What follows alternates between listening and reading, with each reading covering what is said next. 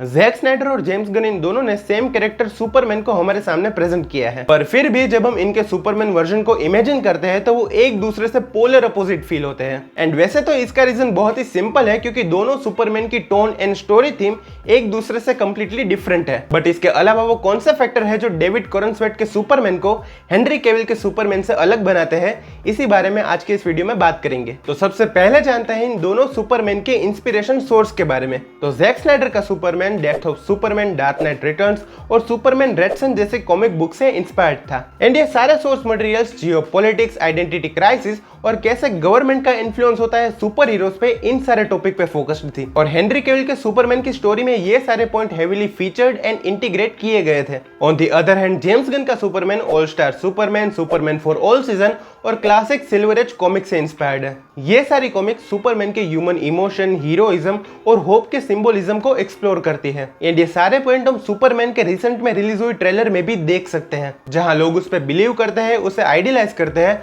और वक्त आने पे उसे चीयर अप भी करते हैं। एंड इसी चीज पे बेस है हमारा पॉइंट नंबर 2, दोनों सुपरमैन की पब्लिक अपीयरेंस। तो स्नाइडर के वर्जन में जनरल पब्लिक सुपरमैन को एक mythic angelic figure and saviour from chaos के फॉर्म में देखती थी। एंड जो लोग सुपरमैन के आइडिया से अग्री नहीं करते थे वो भी सुपरमैन को ओपनली क्रिटिसाइज नहीं करते थे। इस यूनिवर्स में हेनरी कैविल के सुपरमैन को एक गॉड लाइक फिगर की फॉर्म में देखा जाता था और इसी वजह से लोगों के मन में एक हायर ऑथोरिटी फियर रहता था सुपरमैन के लिए। मतलब कि स्नाइडर के वर्जन में लोग सुपरमैन को या तो एक वर्शिप गॉड की फॉर्म में या तो एक थ्रेट की फॉर्म में देखते थे, पर कभी भी वो उसे एक हीरो की फॉर्म में नहीं देख पाए। खैर, अब बात करते हैं जेम्स गन के सुपरमैन की।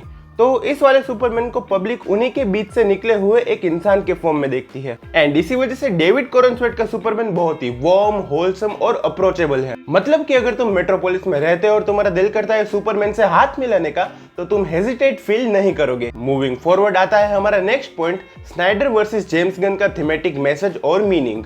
तो अपने वन ऑफ द इंटरव्यू में जैक स्नाइडर ने इस बात को कहा था कि वो एक्सप्लोर करना चाहते हैं कि क्या होता अगर सुपरमैन रियल लाइफ में एग्जिस्ट करता। वो उसके फियर, थॉट और ओ को दिखाना चाहते हैं। एंड अब सुनो ये स्टेटमेंट जो जेम्स गन ने अपनी सुपरमैन मूवी के लिए दिया था। वो रिपोर्टर है, वो क्लार्क है, वो अच्छा इंसान है और वो लोगों की मदद करना चाहता है। अब आप लोगों का तो नहीं पता, पर मुझे लगता है कि ये दोनों स्टेटमेंट अपने आप में एक कंप्लीटली डिफरेंट फील को कैरी कर रहे हैं। स्नाइडर का सुपरमैन ओनली सुपरमैन है और ये चीज थ्रू आउट हम हेनरी कैविल की स्टोरी में देखते आ रहे हैं, जहां पे मूवी का की प्लॉट सुपरमैन होता है और इसी के वजह से उसकी क्लार्क, रिपोर्टर और स्मॉल विले बॉय की पर्सनालिटी लेस एक्सप्लोर्ड रह जाती है। On the other hand James Gunn का सुपरमैन एक मल्टी डायमेंशनल कैरेक्टर है, जिसकी सुपरमैन के अलावा भी एक जिंदगी है। इन शॉर्ट, जैक स्नाइडर का मैसेज था कि क्या होता अगर सुपरमैन रियल होता, और जेम्स गन का मैसेज है कि क्यों सुपरमैन मैटर करता है और सुपरमैन होने के मायने क्या है। खैर, बढ़ते हैं हमारे नेक्स्ट पॉइंट पे, हेनरी कैविल और डेविड कॉरनस्वेट के सुपरमैन के यूनिवर्स पे।